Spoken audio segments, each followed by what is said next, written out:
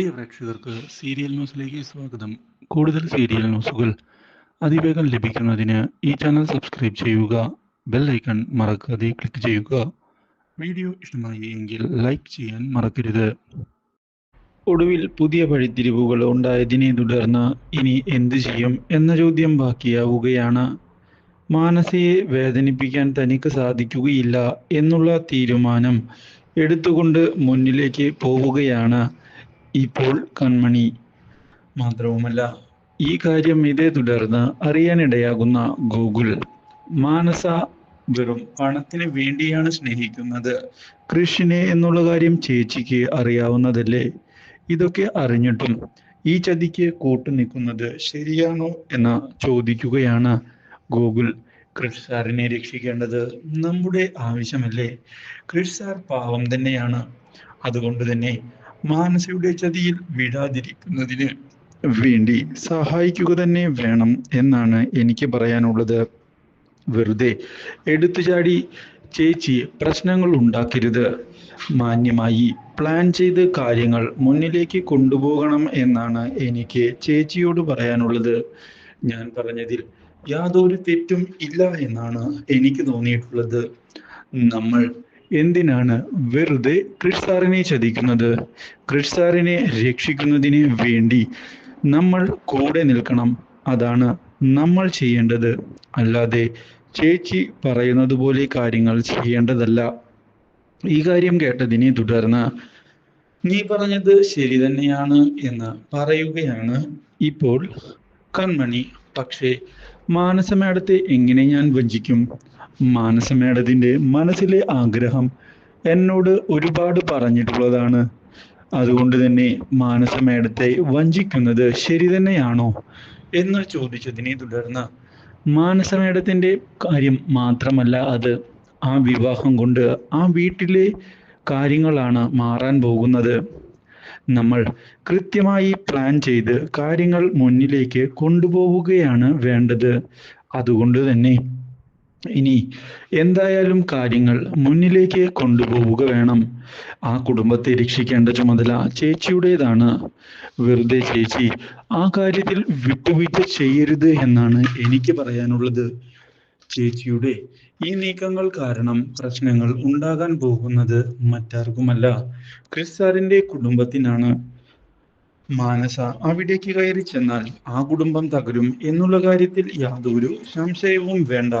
അതുകൊണ്ട് തന്നെ ചേച്ചി കാര്യങ്ങൾ കൃത്യമായി പ്ലാൻ ചെയ്തു വേണം ചെയ്യാൻ എന്നാണ് എനിക്ക് പറയാനുള്ളത്. ചേച്ചി എന്ത് നിലപാട് എടുക്കുന്നു അതിന് അനുസരിച്ചായിരിക്കും ആ കുടുംബത്തിന്റെ ഫ്യൂച്ചർ കാര്യങ്ങൾ മുന്നിലേക്ക് പോവുക എന്ന് എനിക്ക് തോന്നുന്നുണ്ട്. ചേച്ചി അവരെ കൈവിടരുത് എന്നാണ് എനിക്ക് പറയാനുള്ളത്.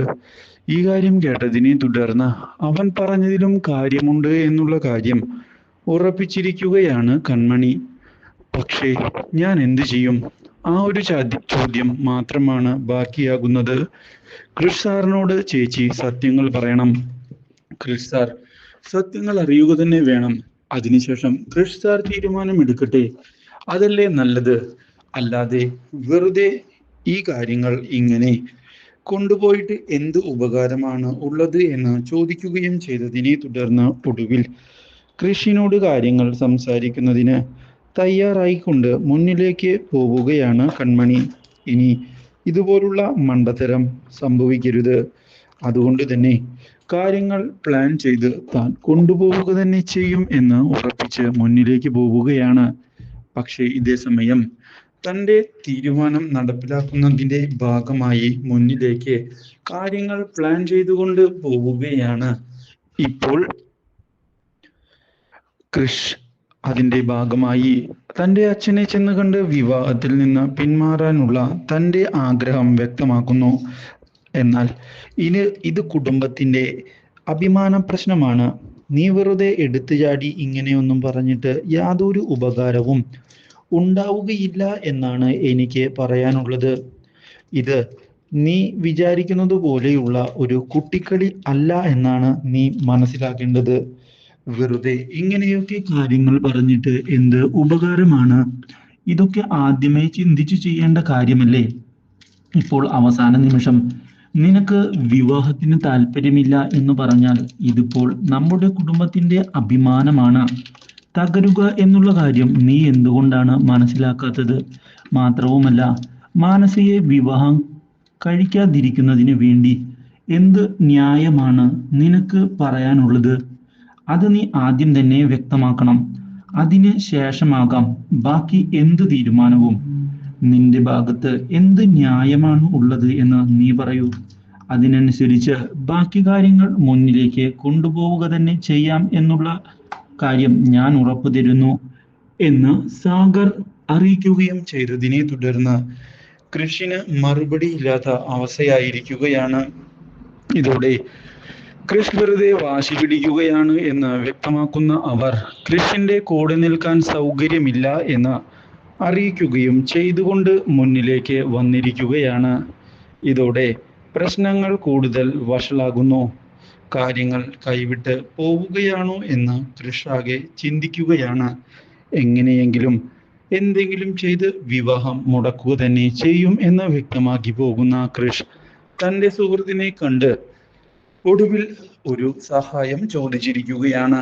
Do like, share and subscribe.